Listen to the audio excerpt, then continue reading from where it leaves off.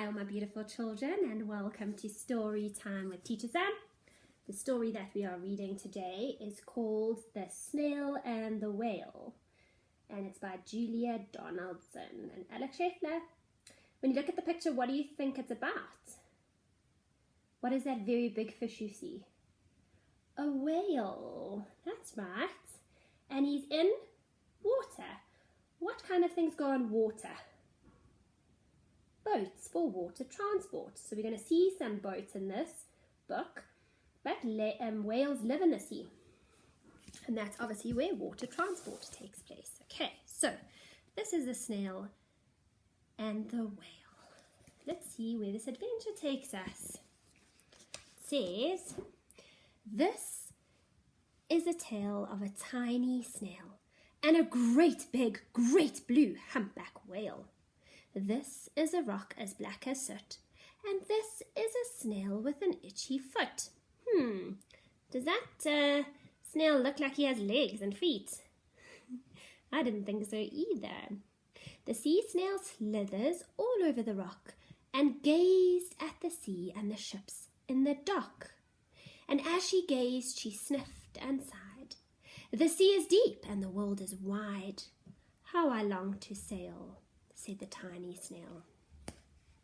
Can you see the big ships here? You've got two big ships here. You've got a green and white one and a red, white and black one. And then look at all the different boats in the sea.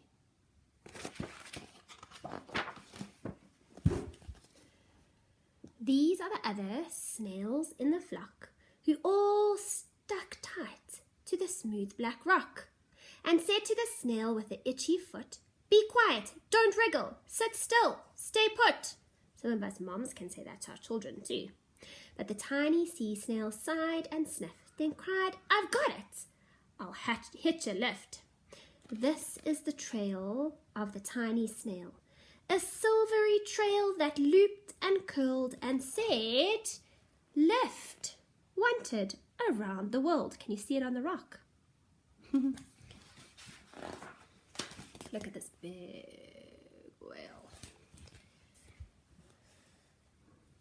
This is the whale who came one night when the tide was high and the stars were bright. A humpback whale immensely long, who sang to the snail a wonderful song of shimmering ice and coral caves and shooting stars and enormous waves. And this is the tale of the humpback whale. He held it out of the starlit sea and said to the snail, "Come and sail with me." This is the sea, so wild and free, that carried the whale and the snail on its tail. You can see all the penguins there, to towering icebergs and far-off lands. That water must be very cold because there's lots of ice in it. With fiery mountains and golden sands. The fiery mountains are volcanoes. We've learned about volcanoes at the school. These are the waves that arched and crashed, that foamed and frolicked and sprayed and splashed the tiny snail on the tail of the whale. These are the caves beneath the waves, where stripy fish with feathery fins and sharks with hideous toothy grins swam round the whale and the snail on its tail. So this is all like under the water. So there's coral and there's sharks and there's a whole lot of different fish and there's an octopus. If they're all under the water, what type of water transport could go to see them? Can you guys guess? A submarine. Submarine could take people inside and they could go deep, deep, deep in the sea and they could see all these beautiful things under the water because there's a whole world under the water that is unexplored. This is the sky, so vast and high, sometimes sunny and blue and warm, like this picture, sometimes filled with a thunderstorm, with zigzag lightning flashing and frightening the tiny snail on the tail of the whale. So even through the rough seas and weather, he managed to stay on. And she gazed at the sky, the sea, the land, the waves and the caves and the golden sand. She gazed and gazed, amazed by it all, and she said to the whale, I feel so small. She is small. In comparison to the size of the whale and everything around her, that doesn't matter. See, now we get into the boats. But then came the day the whale lost his way. Sometimes we feel lost. These are the speedboats running a race, zigging and zooming all over the place, upsetting the whale with their ear-splitting roar, making him swim too close to the shore. This is the tide slipping away. Okay, so just in this picture, how many boats can you count? There are 5. Can you see 1, 2, 3, 4, 5? 5. How many are red? Just 1. How many are green? Just 1. How many are white? 1, 2, 3. 3 are white. 1 is green and 1 is red. So there are 5 boats in total. Now, in this picture, you can see the whale is on the beach. Okay, so when you look at the sea, there's tides that go in and out. And then, so there's a high tide when the water level on the beach is very high. And then there's a low tide when the water is very low and you see more of the beach exposed. So what's happening? And then there's a time period in between high and low where the water's either going out or coming in. And for this poor whale that swam too close to the shore, the water is starting to go out because it's going from high tide to low tide. So let's see what happens.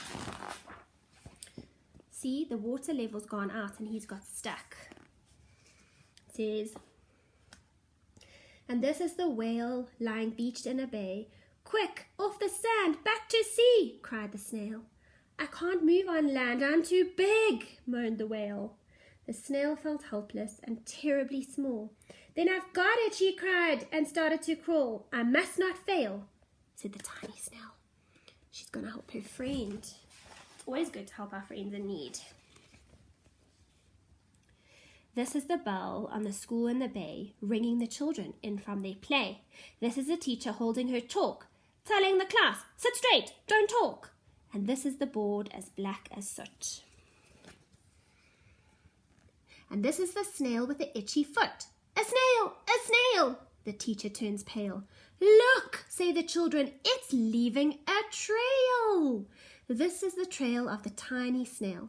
A silvery trail saying, save the whale. You're never too small to make a difference in this world, see? These are the children running from school, fetching the firemen, digging a pool. Look at these 3 there's a fire car, there's a fire truck that digs, and there's a fire engine. Remember, we learned about community helpers and transports. Fetching the firemen, digging a pool, squirting and spraying to keep the whale cool. So whales live in the sea, they can't be out of water. So they're spraying him with water while they're trying to dig around him to free him. See, they're all working together as a team, like we work together as a team at school. And these are the villagers shouting, hooray, as the whale and the snail travel safely away. See, he thought he was too small to make a difference, and what a big difference he made. By him actually acting, he was able to go and free his friend. That's incredible. And these are the villagers shouting hooray as the whale and the snail travel safely away. Look, they're all celebrating. Yeah, they're so excited.